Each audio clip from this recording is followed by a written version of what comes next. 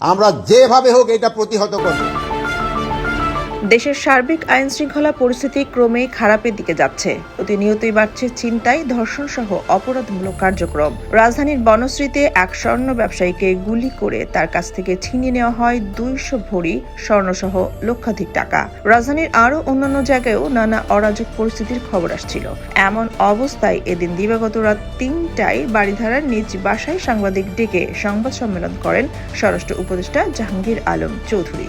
এরপর তার সঙ্গে দেখা করেছেন বৈষম্য বিরোধী ছাত্র আন্দোলনের নেতা হাসনাত আব্দুল্লাহ।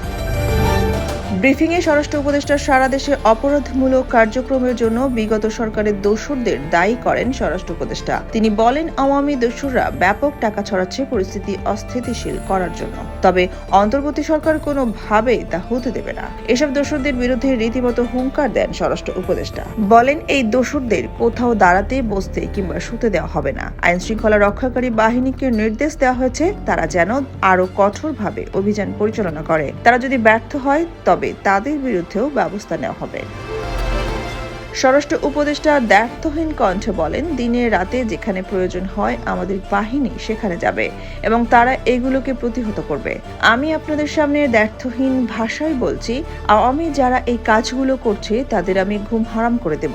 তারা কোথাও স্থান পাবে না।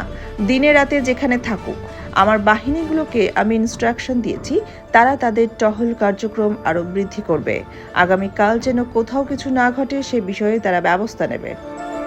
বাংলা মোটর ক্রস করার পর 3 জন অজ্ঞাত ব্যক্তি আসে ছুরি চাপাটি সহ টাকা পয়সা, মোবাইল, মানি ব্যাগ এগুলো ছিনিয়ে নিয়ে যায়। আইন শৃঙ্খলা পরিস্থিতি নিয়ন্ত্রণে রাখতে কয়েক মাস ধরেই দেশে যৌথ বাহিনীর অভিযান চলছে। তার পাশাপাশি ফেব্রুয়ারির দ্বিতীয় সপ্তাহ থেকে শুরু হয়েছে অপারেশন ডেভিল হান্ট নামের বিশেষ অভিযান। এর মধ্যে গত কিছুদিন ধরে ছিনতাই, ডাকাতি, হত্যাকাণ্ডের মতো অপরাধ বেড়ে গেছে। এমনকি চলন্ত বাসে ধর্ষণের অভিযোগও আসছে। এই পরিস্থিতির জন্য স্বরাষ্ট্র উপদেষ্টার ব্যর্থতাকে দায়ী করে তার পদত্যাগের দাবি উঠছে। সেই দাবিতে রোববার মধ্যরাতে ঢাকা বিশ্ববিদ্যালয় ক্যাম্পাসে মিছিল সমাবেশ করে এক দল শিক্ষার্থী, যাদের মধ্যে বৈষম্য বিরোধী ছাত্র আন্দোলনের কর্মীরাও ছিলেন।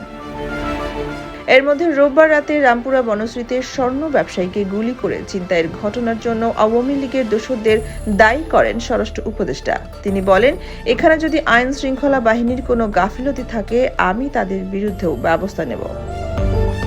এদিকে শেষ রাতে হঠাৎ স্বরাষ্ট্র উপদেষ্টার বারিধারা ডিওএইচএস এর বাসায় আসেন বৈষম্য বিরোধী ছাত্র আন্দোলনের আহ্বায়ক হাসনাত আব্দুল্লাহ। রোববার দিবাগত রাত 3:30টার দিকে তাকে উপদেষ্টার বাসভবনের সামনে দেখা যায়। এত রাতে কেন তিনি স্বরাষ্ট্র উপদেষ্টার বাসায় গিয়েছিলেন এই বিষয়ে কারো পক্ষ থেকে কোনো মন্তব্য পাওয়া যায়নি। সোনিয়া খান, খবর সংগ্রহ।